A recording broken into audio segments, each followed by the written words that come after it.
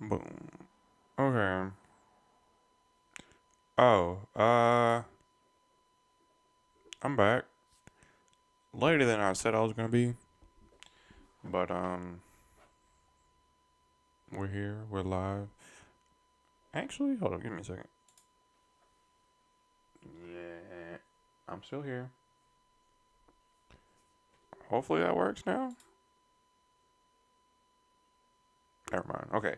So what I'm gonna do today is learn a little bit about Google Cloud Functions so that I can populate this stuff with like data that I'm getting from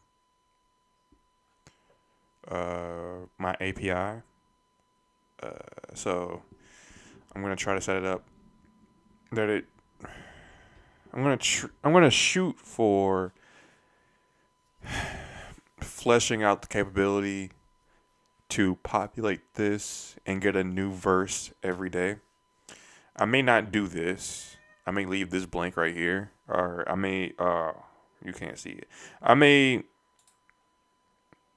populate this every day, but I may leave this thing right here blank because I don't think I'm gonna get to that point yet. I just want to make sure that this does what it needs to do. This and this, and I'll worry about the footer stuff later. So I want to do this the right way. Try to learn it. Okay, good. It works on YouTube now. You'll be seeing it shortly. But yeah. I'm not gonna worry about the AI summarization just yet. That's gonna be after I figure this top part out. So without further ado, let me just go ahead and get to it.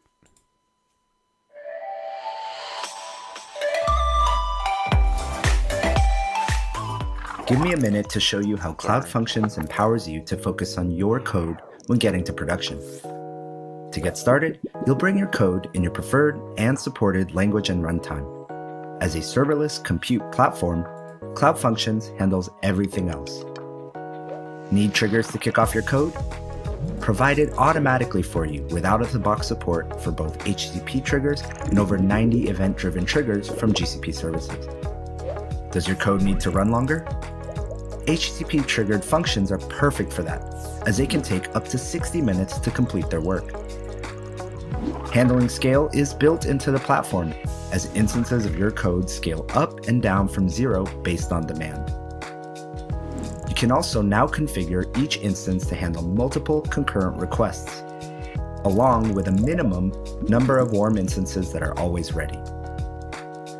Cloud Functions even enables you to perform more complex rollout patterns such as canary deployments, as you can now declaratively split traffic between revisions of your code. And if you're trying to interact with your other services running in a VPC, Cloud Functions enables your code to securely communicate over a private network. So the next time you're looking to get code running as fast as possible in a production-ready serverless environment, check. Okay, that didn't do anything for me. Cloud Functions allows you to write server code that responds to events. You can respond to HTTP requests and events within the Firebase ecosystem. This lets you respond to events and services like Firestore, authentication, real-time database, storage, and so many other Firebase services. The way it works is, was a new user created in Firebase Authentication? Well, run some server code. Was a document updated in Firestore? Well, let's run some more server code. And even though you're writing server code, with Cloud Functions, it's all serverless, which means there's no servers or containers for you to manage. Just write the code in response to events, deploy, and let Cloud Functions handle the rest. This even includes scaling. Cloud Functions can scale up to the level of traffic it receives automatically. And in version 2 of Cloud Functions, there's a new feature called concurrency. In version 1 of Cloud Functions, a function instance can only handle one request at a time. And this leads to more instances of functions And each time an instance is created, we have to wait for it to boot up before it can run. And this is known as cold start. With concurrency, a function instance can handle multiple requests, which means fewer instances will have to spin up when a request comes in, meaning a significant reduction in cold start. So whenever you're learning a new tool, it's really important to see the development workflow. So in this video, I'm going to show you how to set up, write, debug, and deploy functions. We're going to learn a few tips and best practices along the way. But for now, let's get started with the most important tool that you'll use with Cloud Functions in Firebase, the Firebase CLI. The CLI works as a project starter, setting up the boilerplate. I forgot to set that stuff up. Whoops. I don't know if I should. Let's just watch. That you need to develop. It also works as a local emulator that spins up a local server that emulates a production environment and allows you to trigger different types of functions. It also serves as a deployment manager, allowing you to deploy all or even individual sets of functions. So to get started with the Firebase CLI, you're going to need Node.js and Java installed, and this is because the CLI itself needs Node.js and the local Firebase emulator needs Java. Check the links in the description because the versions that you'll need for Node.js and Java will change over time. But once you have them installed, let's set up a functions project. We're going to install the Firebase CLI from npm. Traditionally, Am I really going to use emulators though? You know what? Screw it. There we go.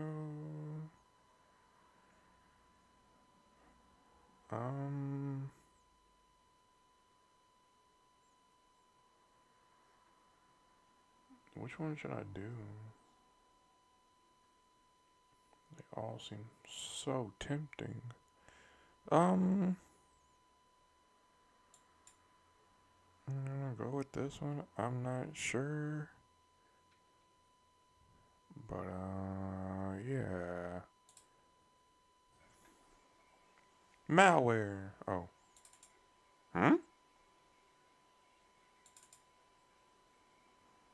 I guess I downloaded it. I don't know what this is.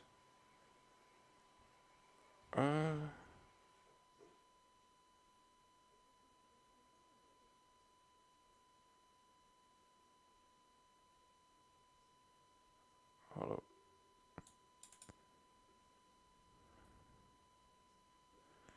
What? That's not right. Okay, fine. This is fine. Yeah, fine. I guess I can just go ahead and close this out. you'll see a lot of people installing this as a global module. This means that you can call the Firebase CLI from anywhere with the Firebase command. And while this is totally fine to do, in this tutorial, we're going to do it a bit differently. Global modules can be difficult to manage, and sometimes it's easy to run into permissions errors. So instead, we're going to install the CLI as a local module. I'm going to create a local folder for my project and then initialize a package.json file so npm can keep track of the dependencies I'm installing. Now I'll install the Firebase CLI as a dev dependency, which lets npm. Wait. This stuff right there. I don't know if this came with its own stuff.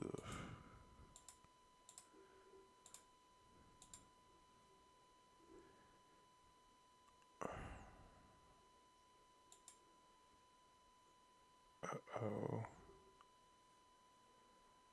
Node modules. I mean, okay. I guess this is it. I guess this is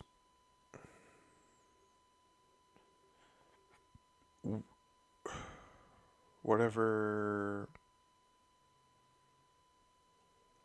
I don't have any keywords or author or license, but okay. npm know that this is specifically for development. Once the CLI is installed,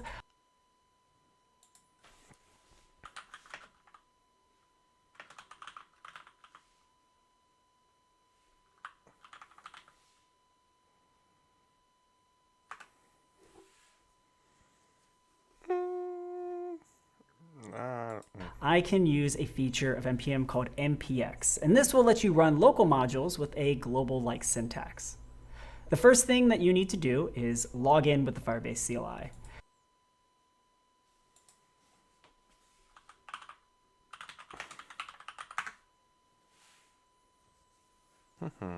Okay. And this command will take you out to the browser where you'll log in, and then it'll bring you back here and you'll be authenticated. Oh, and pro tip, if you have to manage multiple accounts, make sure to check out Firebase Login Add, and then also Firebase Login Use with the email address to switch between accounts. So now let's use the CLI to boilerplate our functions using the Firebase init functions command. First, you need to pick a Firebase project. Actually,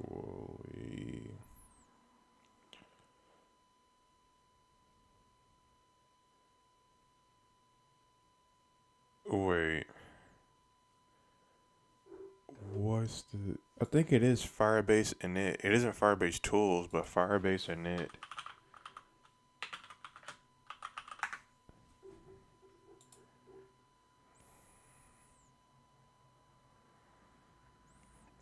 And then that will walk me through a whole bunch of other stuff.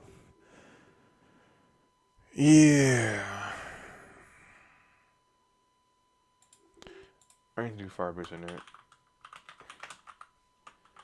And then I'll handle the function stuff later. But what I also need to do is this,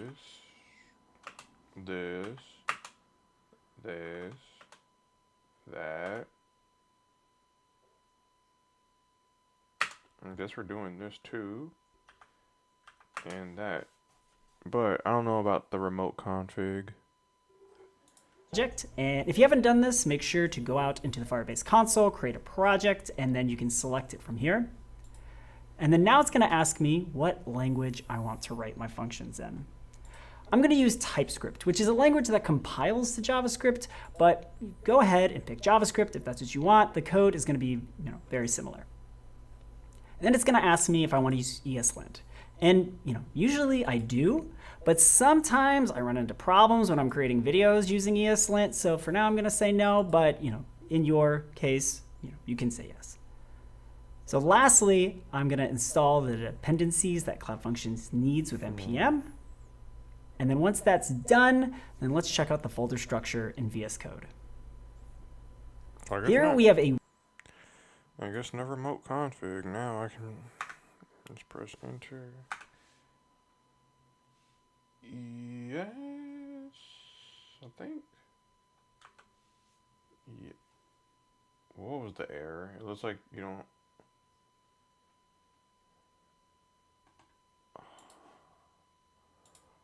What? I already have this. Huh? I could have swore I already had this. Fine. Fine.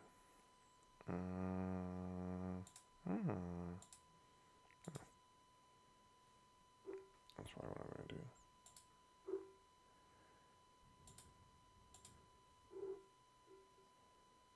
Come on.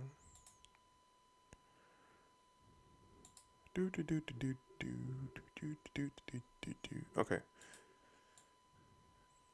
Everything is good now. Wait.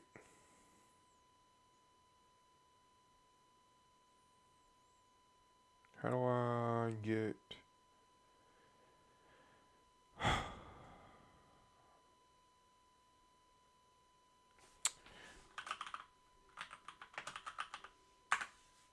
I'm gonna try this again.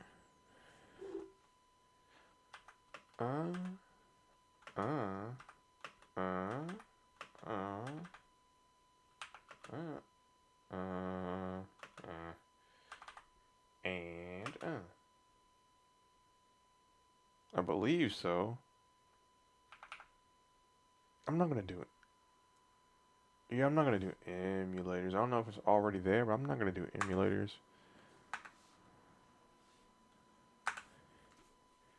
Because I'm just not sure what to do. That one. Hopefully it doesn't mess up my index files and stuff.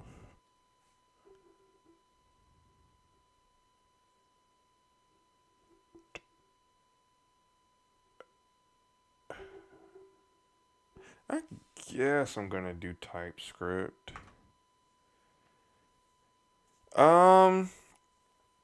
It's going. Thanks for joining. It's going. I just built out. Oh, sorry. I just built out my what it is going to look like. This is what it's gonna look like. Earlier today I went live and I fixed my routing, but other than that, now I'm building out the functionality of it. So hopefully, I don't pull my hair out. I just drank a whole lot of coffee and I feel kind of alive. So hopefully, I can get through this. I just want basic functionality of pulling the data in so I can show this and it actually comes from the API. But that's about it. How are you? How are you? I know that was long. I know that was long-winded, but how are you? Oh, snap.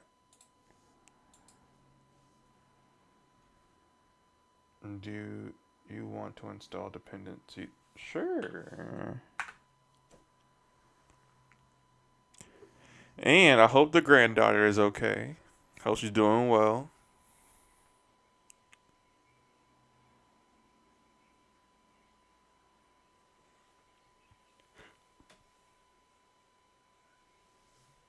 Hey, that's good. That's good. By productive, what have you gotten done?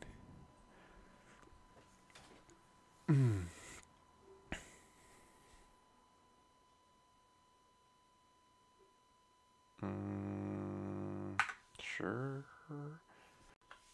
Sure. No. Actually.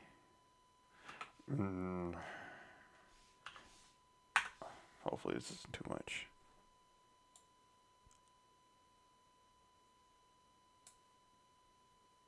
Okay.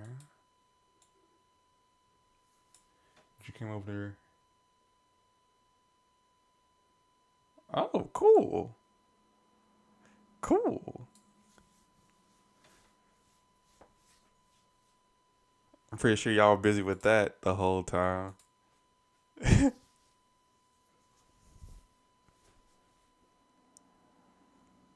Oh, snap. We painted a bedroom and bought a new mattress for. Dang. It seems like you've gotten a lot done there. Hope you like the new color.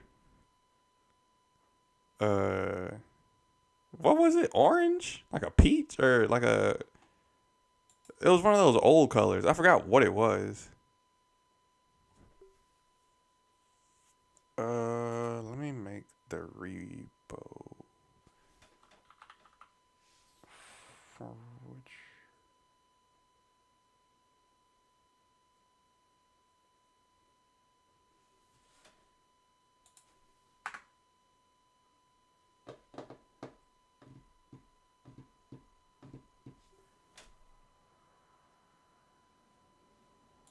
That's not doing what I wanted to do.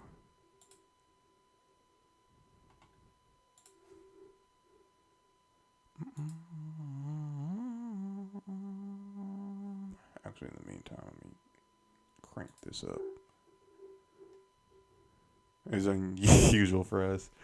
I always wanted to decorate until the kids were grown.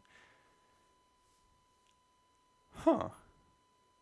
Oh, I always waited to decorate until the kids were grown. I mean, better late than never. Better late than never. Then they grow up and I had to remember that it was the goal. Yeah. Yeah. Hopefully it's to your liking now. Hopefully. I'm pretty sure it is, though.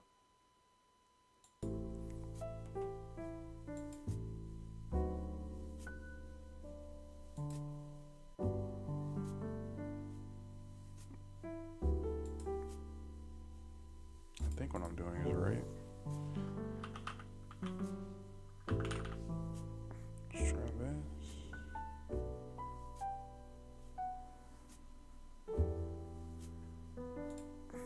Okay. Now I have 300 square feet.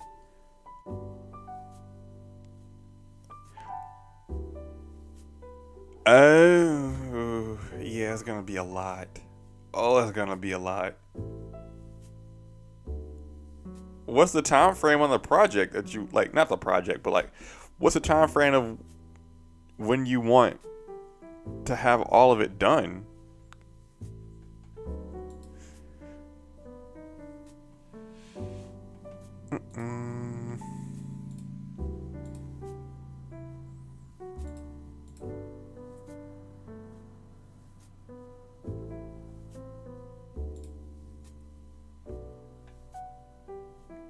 Uh-oh. Hopefully it's not lagging. There we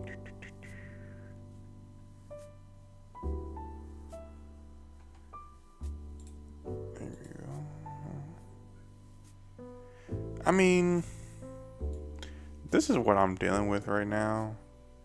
And I'm not sure where. Hold up.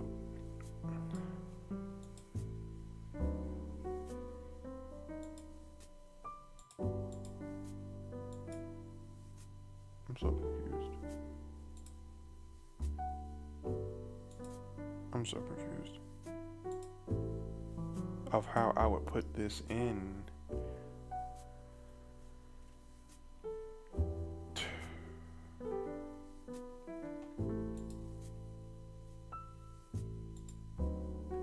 Oh, that's how. Okay.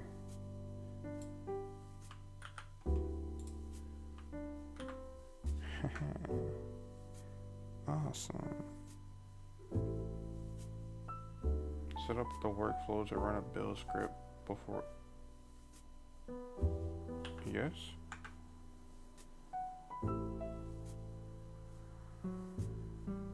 Yes.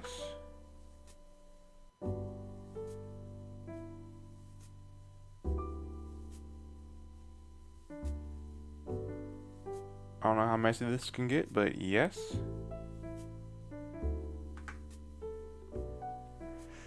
We just work on whatever needs immediate attention, like getting the roof replaced last August, or whatever we can budget for without debt. So paint here, plumbing, upgrade there, yeah.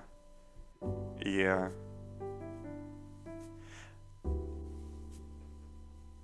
I mean, okay, well,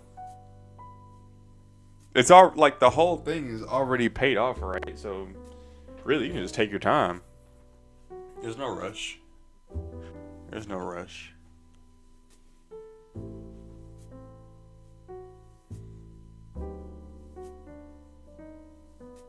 think there's somebody outside. I hear talking.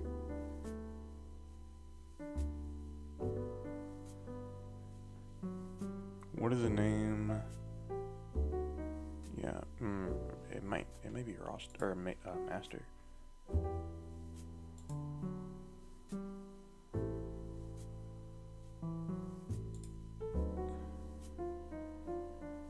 Wait, what?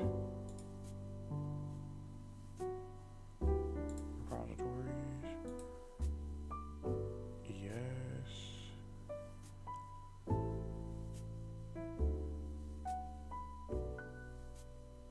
Alright guys, this is gonna be main.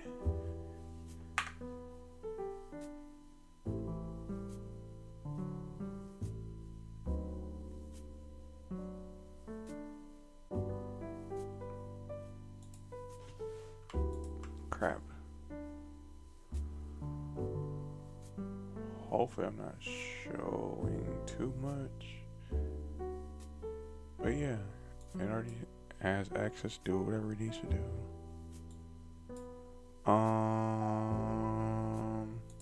I thought I had already set all of this up. Ridiculous.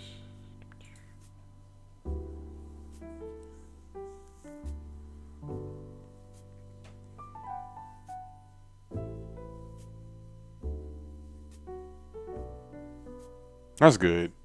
That's good. Hopefully you aren't paying the outrageous rates that they have now. Oh, 'cause that stuff. Yeah. I mean, in my lifetime, it's high. But I mean, like, historically, it's probably not all that high. So, yeah.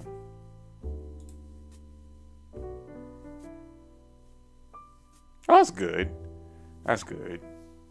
Like I said, historically, that's not all that high. So.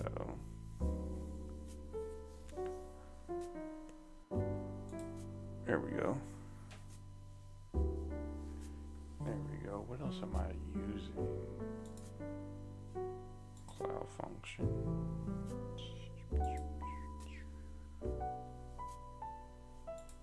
Instructions.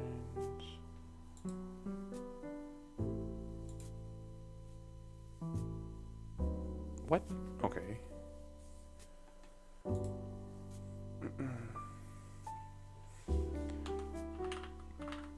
Okay, we can try this again.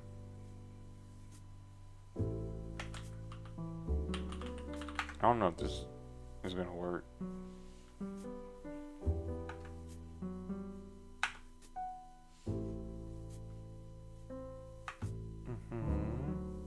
Oh, cool. Okay, in that Firebase init, what all is there?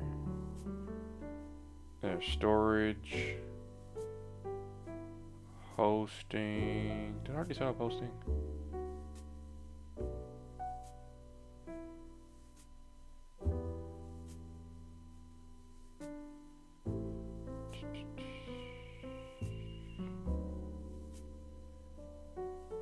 Okay.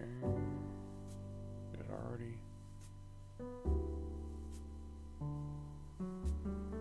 This is so weird.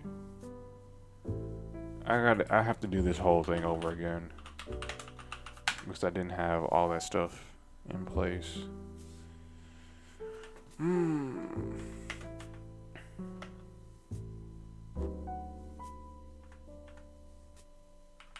Oh.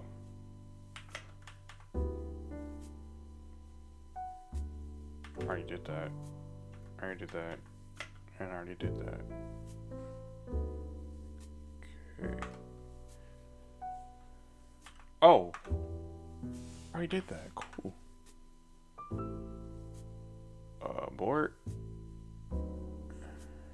Fine, overwrite it. Yeah, overwrite it. Overwrite it. Overwrite it. Overwrite it. Overwrite it. Overwrite it.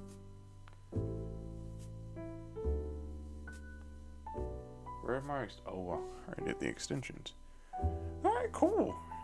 Everything is in place, I believe.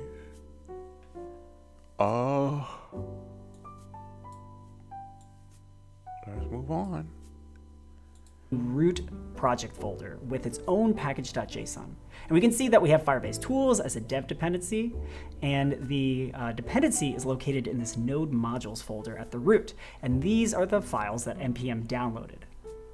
Then we have this functions folder, and this is what the Firebase CLI created for us. You'll notice that the folder also has its own package.json and its own node modules folder.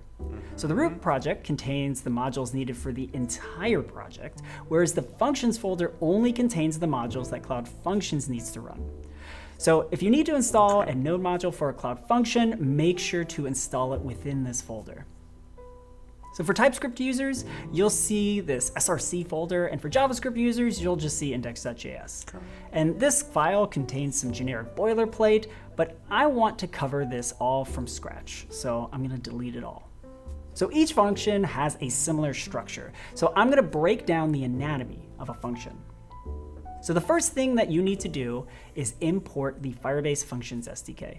And this can be done two different ways because Node.js currently allows two different module systems, CommonJS and ESM. CommonJS has been the main module system for many years, but the ecosystem is embracing and moving to ESM. And this is for many reasons, but one of the main reasons is that it unifies the module system between Node and the browser. The next part is the function version. Recently, Google Cloud launched a brand new generation of Cloud Functions that makes it easier to scale and dramatically reduces cold start times.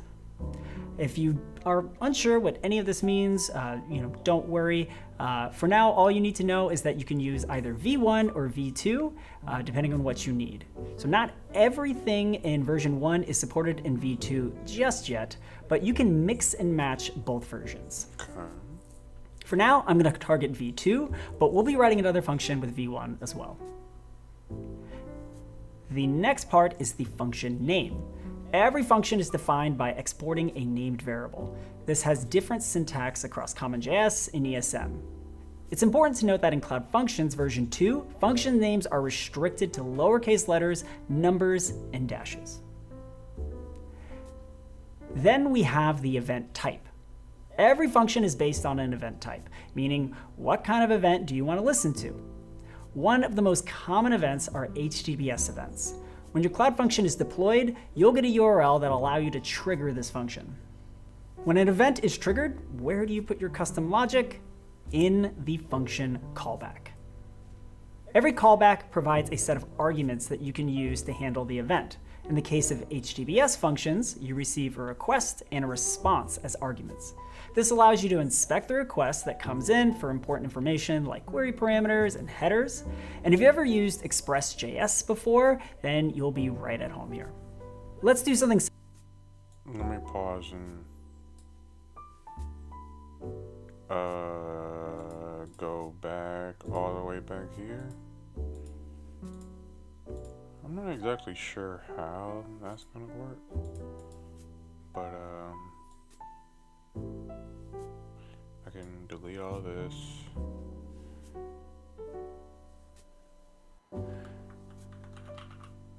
Actually, I'm gonna keep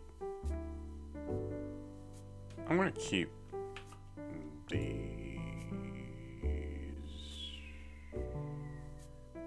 Whoa. Okay. Cool. I think that's really what he was building, or at least like the boilerplate of what he was doing. Simple right now, but stay tuned for a complete video on Express.js and Cloud Functions. We'll add the link to the description when it's out. So for now, let's pretend that we're building an e-commerce site. Whenever a user sends a request to a certain path, we'll look up some information and then return a response back to the browser. The first thing that we need to do is get the name of the item from the request params. This comes back as an array, so we're gonna grab the first element. Then next, we need to grab the message. So ideally, I'd look this up in a database, but for now, I'm gonna hard code this as an object and look up items by its keys. Then I'll look up the message using the request name as a key. But wait, I have a question.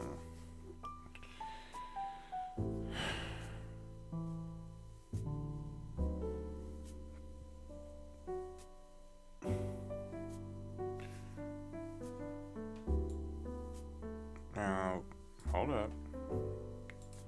Let me go. Where is it? Where are you? Here we go. I need to find out what. Okay, call the API. Wait. I already did all this. I already did all this. I already did all this.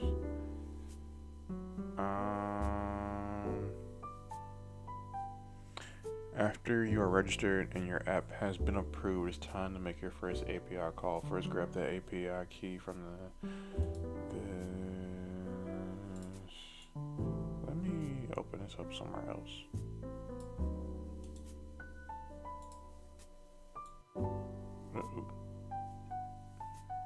Please. It's not opening up anywhere else. Okay. Cool. I have that.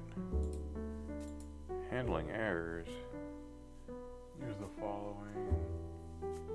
That. Rate limiting. Allows any developer to include.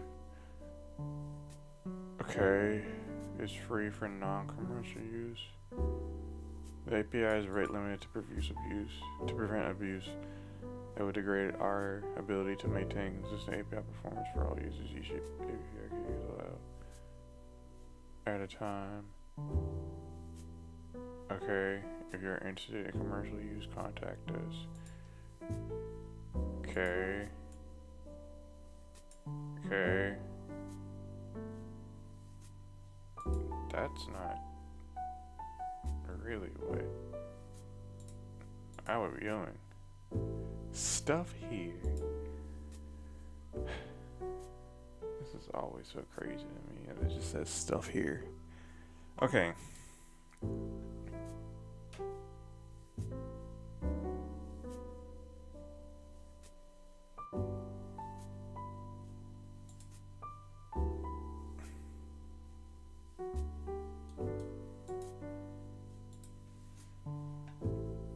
I haven't viewed this yet.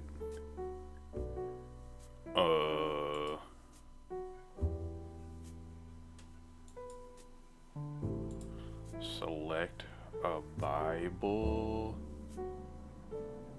Let's go. Huh? Where's like a regular what is this? Do I need to? Okay, thank you.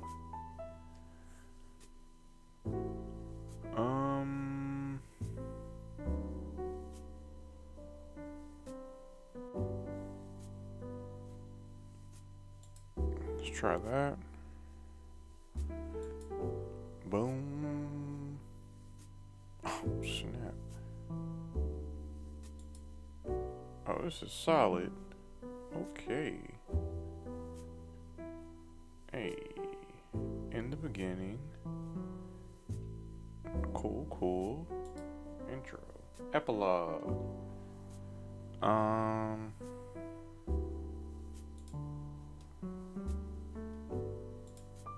Oops. Okay.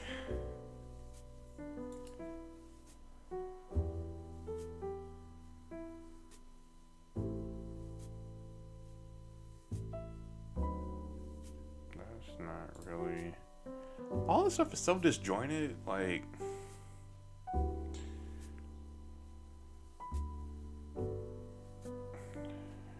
do you learn? What? We'll demonstrate how to create a fully functional website that allows users to select scriptures and Bibles from the verses in the Bible to read. Also, there's a search feature that allows us to search for verses. Did that allow us to search for verses? Let's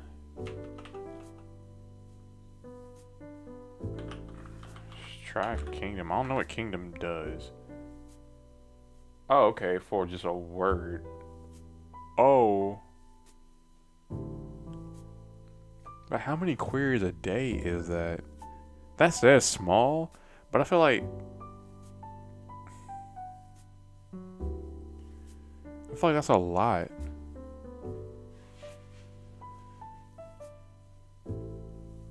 Fine.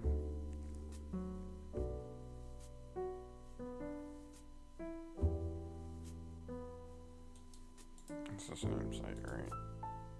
Cool.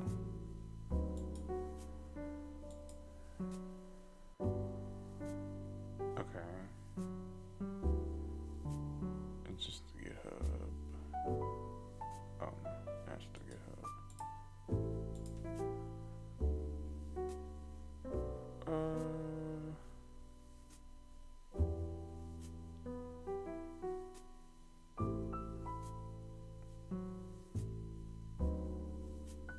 Okay. Why is this running Ruby though? It says source app.js, but basic? No. Build? Source.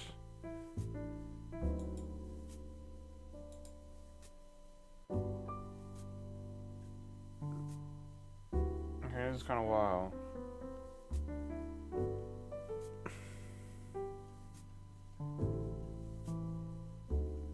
Yeah, this is kind of wild. This kind of puts into perspective how much is gonna go into making this a thing.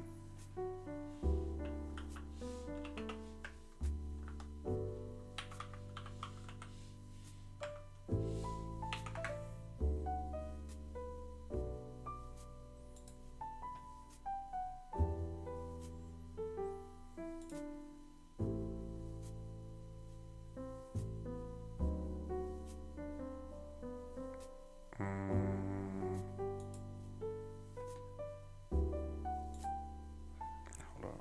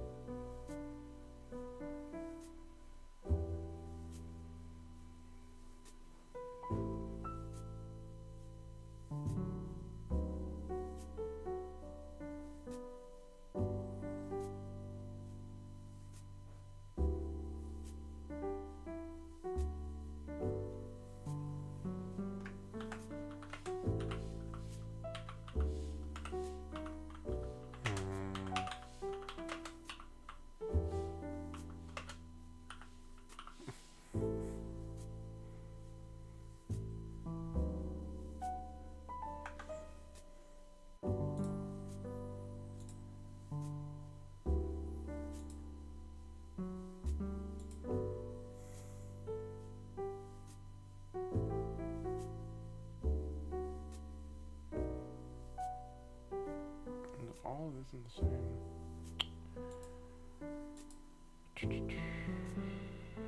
It's a lot.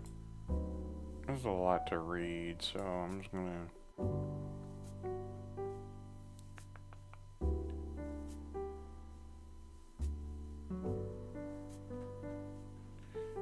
A key part of getting this sample site to work is the API key. You can sign up for an API key. Create a file called mykey.js in the JS directory and add your key. That would make it public and that would make it not safe. Thanks to Mr. Chicken for teaching me that.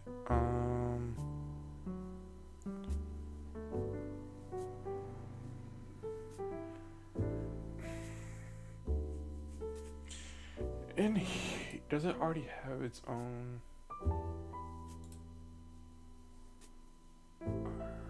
No.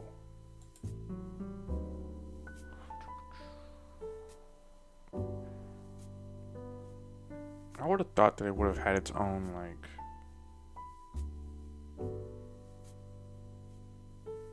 stuff.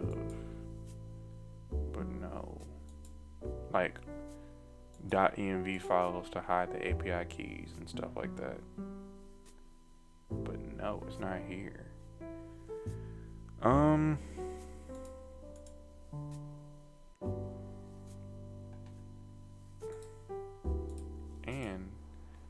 is this still showing up? No problems. Cool.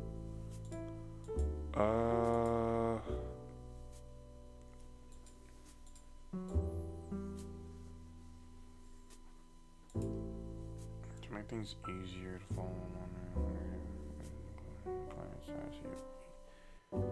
This is very. Oh, okay. This is very insecure because people can easily steal the API key and use it on their own site. The best practice is to use it. Okay.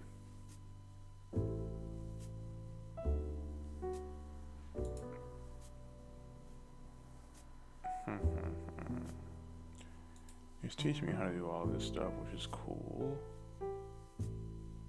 Use like core functionalities.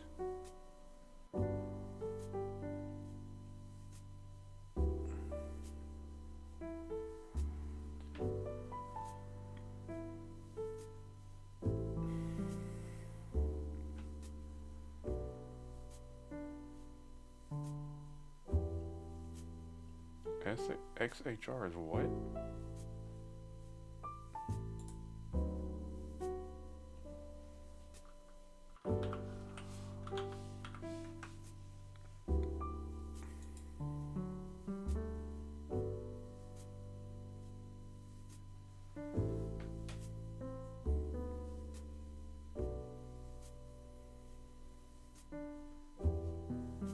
Okay.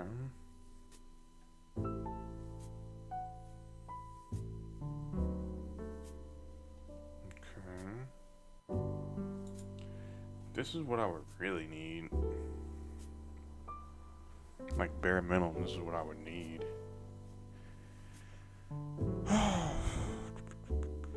So, how would I do this though?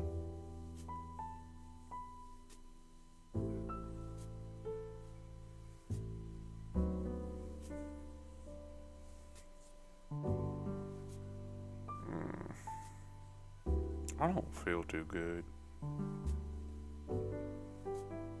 I want to watch this video and hopefully I feel better by the end of it. Please work.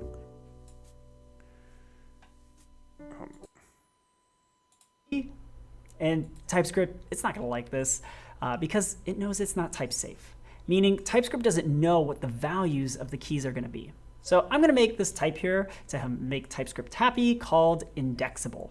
And that lets TypeScript know that the object has keys that are strings and that they hold string values. So now I'll send this message back as a little bit of HTML. Now, before we see this function in action, let's review the parts. We have the import, the version, name, event type, and callback. And this API is similar for both Cloud Functions v1 and v2. In v2, however, you can get a little more concise by importing the event provider you want, HTTPS in this case, and then importing individual type functions. I prefer to write v2 functions this way, but do whatever you feel is best. So to see this function in action, let's run the Firebase Emulator Suite. To run the Firebase Emulator Suite, you'll need to run a command from the Firebase CLI.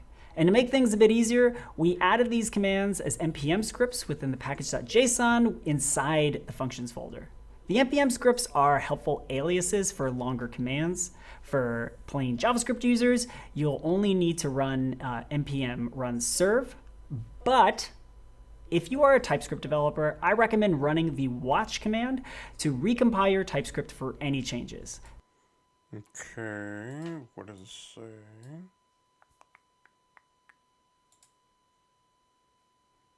Oh, they already did it for me. Cool, cool, cool.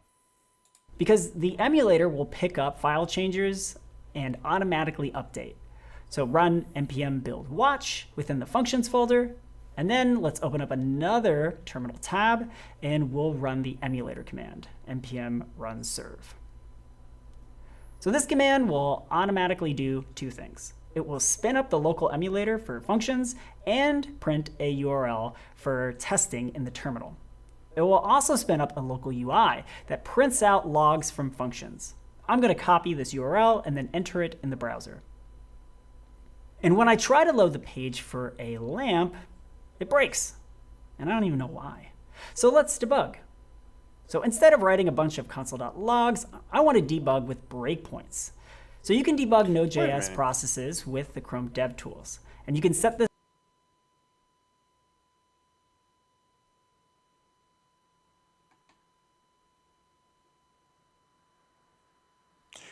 I actually don't feel well. I think I may need to lay down. I drink too much coffee. I should stop drinking coffee. I don't feel well.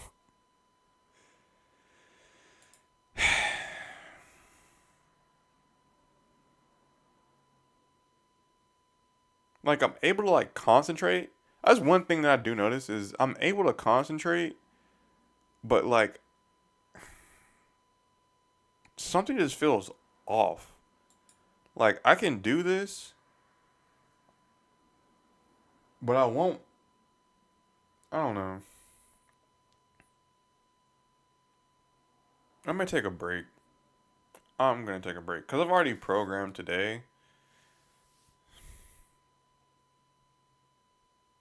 I really do want to program, but I just shouldn't have drank that coffee. I don't feel well.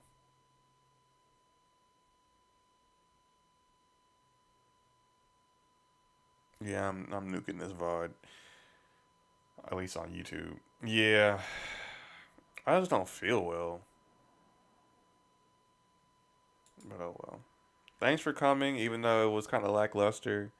Um, I'll talk to you tomorrow. Um, hopefully. So yeah. Well, I've only been live for about 51 minutes. I'll actually I may come back later. Even though nobody's gonna be up. I'm still gonna come back later. After I like reset and get back to this. Because I feel like I really am in the mood to do this. It's just I'm too amped up right now. So yeah. Thanks for coming though. See you soon. Bye. Bye.